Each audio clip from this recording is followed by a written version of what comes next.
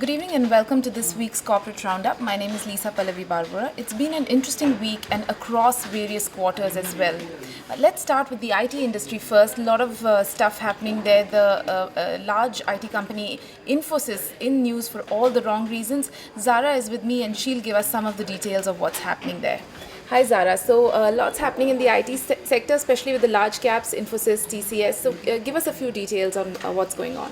Yes, Lisa, thank you. There was some good news this week and some bad news. Some good news coming in from TCS, where N. Chandrasekaran was the highest paid CEO, IT CEO for this fiscal, and his remuneration went up 60% on a year-on-year basis, and to be at 3.5 million, and he is leading currently, followed by Cognizant CEO Francisco D'Souza, who is at 1.5, followed by Wipro's TK Kurian, who is at 1.1 million. So it's great times for the IT industry, and considering that on a year-on-year basis, global IT spending has been going up, so we can only see this get better, the coming year. Now coming to the bad news, Infosys again is in the news for more bad news coming from the company since Narayan Murthy got into the company in June last year, and this time again it's the 12th exodus from the company. Another top executive has left the company. This time it was Mr. Prasad Trikutam, who was one of the top paid executives and has parted ways from the company to join Dell Inc., a rival. So it's interesting times for Infosys. It's a wait and watch for everybody, and they still haven't found a replacement for Shibulal, who will be retiring in early 2015. So it's very interesting to watch what happens at Infosys. Thank you. Thanks, Zara. So, interesting times ahead for Infosys, especially. We'll have to wait and see what happens there.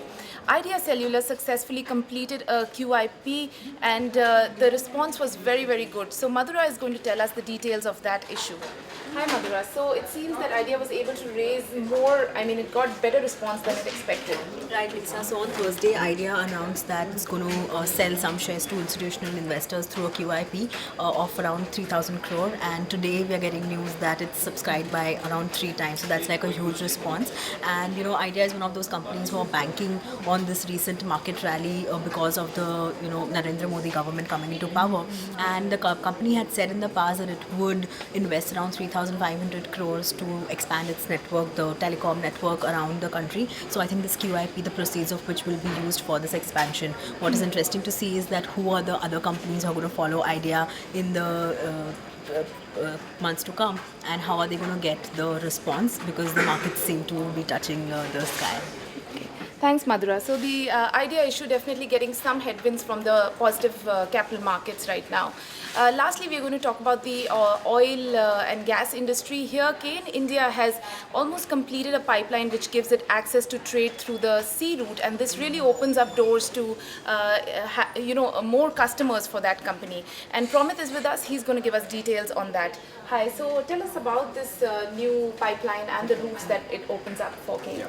Thanks, Lisa. As you had already said, Cain India is actually building up a pipeline which is now connecting its current processing terminal to the coastal place in Gujarat, which actually opens up a lot of a sea route and an opportunity to bring in a lot of customers. Now we have to look at it from 2 perspectives. What does it benefit Cain as, and what is the benefit that would accrue to the oil marketing companies? So first of all, Cain says, the officials that we spoke to, they said that so far Cain is getting only a realization of around $95 per barrel for each barrel of crude that it sells, as against what we get in the world is around $106 or $107 per barrel.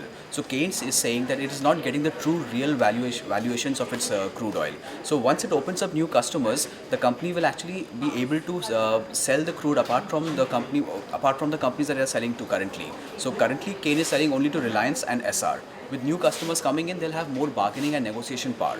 What it means for these oil marketing companies is that they have a lot of import bill because they import a lot of crude.